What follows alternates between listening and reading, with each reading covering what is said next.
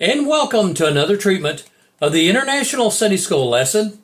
Today's lesson is entitled Faith in the Power of God. And it's taken from the book of Isaiah, the 40th chapter, verses 12 through 13, and then verses 25 through 31. Today's lesson is for February the 4th, 2024, Winter Quarter, lesson number 10. Now, a little background information. Today's lesson, of course, is from the 40th chapter of Isaiah. Now, one of the things about starting at the 40th chapter of Isaiah is that the tone changes and the time period that Isaiah was talking about is drastically different. See, Isaiah was looking forward to both about 140 years in the future from where he lived, and also for the period of time that Jesus walked on the face of the earth. And there have been some liberal theologians who are talking about a Deutero-Isaiah, and they're trying to say that Isaiah that there were multiple writers in the book of Isaiah. And the reason being is that starting in the 40th chapter, where Isaiah is looking, God is giving him the vision of future events, Isaiah even personally names Cyrus, who existed 140 years after Isaiah lived, and Isaiah personally names Cyrus as the person who sends the children of Israel back from the Babylonian captivity.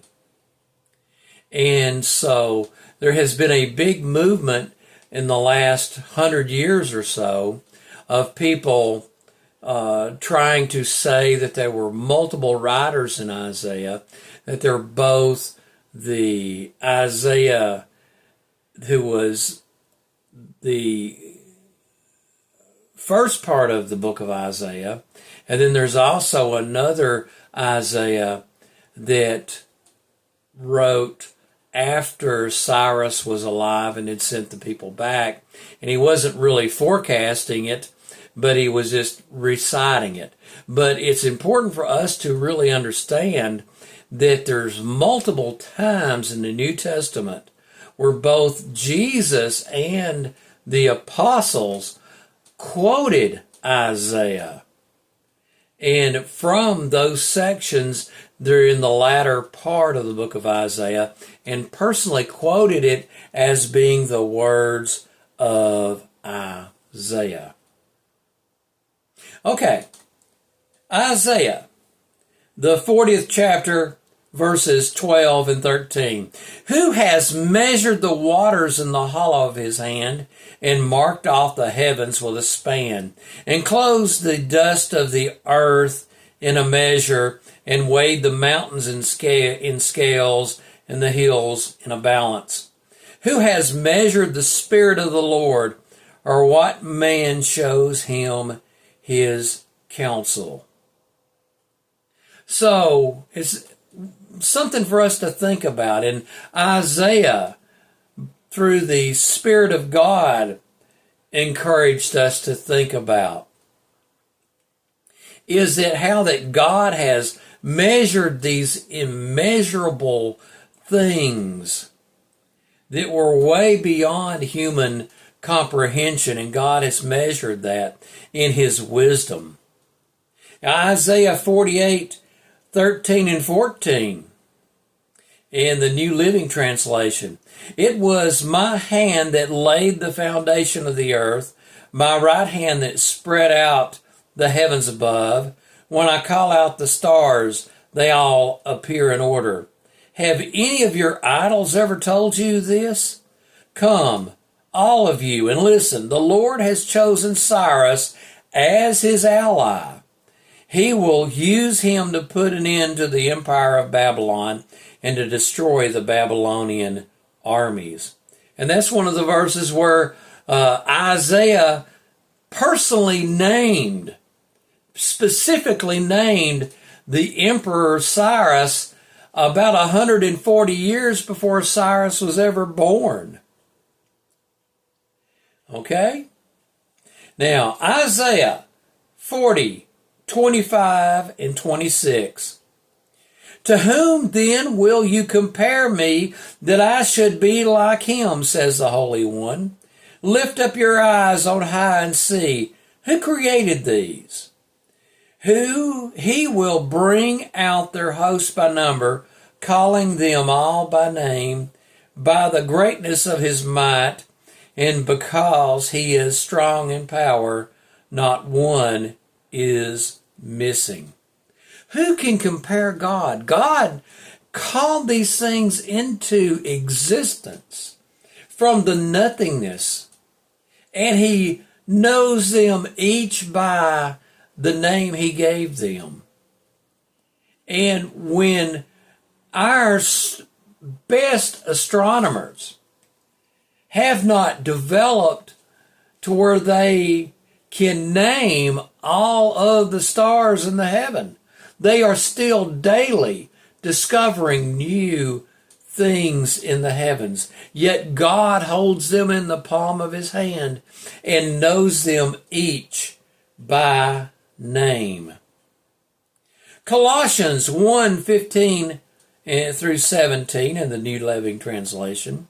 Christ is the visible image of the invisible God. He existed before anything was created and is supreme over all creation. For through him God created everything in the heavenly realms and on earth. He made the things we can see and the things we can't see, such as thrones, kingdoms, rulers, and authorities in the unseen world. Everything was created through him and for him. He existed before anything else, and he holds all creation together. Now, that's what we need to really, when we pray and ask God to help us with something, that is something that we really need to take in consideration and to contemplate. How that God called this entire universe out of the nothingness, and from his might and power created all the mass and matter in the universe. That famous equation, E equals mc squared, shows the relationship between energy and matter. And energy is multiplied by the speed of light squared to show the equivalence of energy to matter. And when God used his might and his power, his energy, to call the universe into existence, it is incomprehensible how much energy it took for God to create the universe. Isaiah 40, 27 through 29. Why do you say, O Jacob, and speak, O Israel, my way is hidden from the Lord, and my right is disregarded by my God? Have you not known? Have you not heard?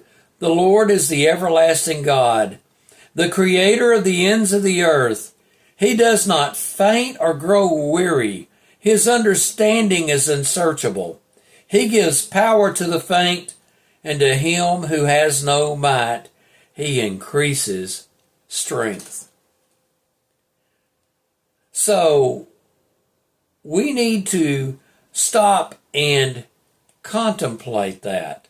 When we think that God doesn't know the trouble we're in, how that God knows everything. He sees the entire universe.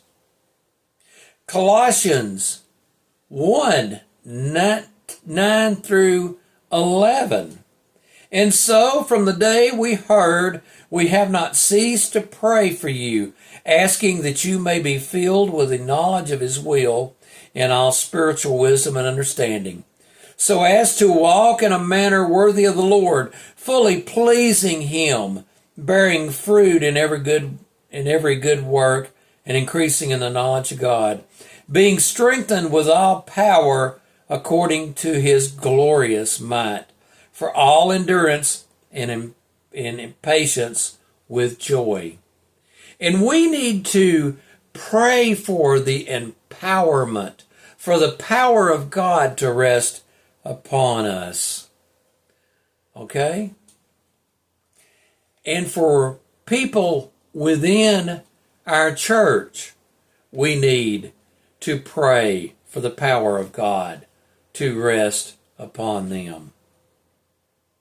Isaiah 40, 30 through 31. Even the youths shall faint and be weary, and young men shall fall exhausted.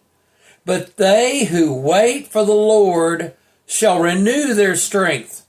They shall mount up with wings like eagles. They shall run and not be weary. They shall walk and not faint. Now, it's real easy for us to look and think about, well, the young people are strong. The educated people are knowledgeable and know things. The wealthy have got financial backing to achieve certain things. But we need to think about who has our back. When we pray and depend upon the Lord to see us through, we are looking and depending on the one who is the master of the universe, the all-powerful God. Psalms 33, 16 through 19. The king is not saved by his great army. A warrior is not delivered by his great strength. The war horse is a false hope for salvation, and by its great might it cannot rescue. Behold, the eye of the Lord is on those who fear him, on those who hope in his steadfast love, that he may deliver their soul from death and keep them alive in famine. No matter what, the battle does not belong to the strong. The battle does not belong to the wise. The battle belongs to those who trust in God. And we need to trust in the Lord with everything we've got.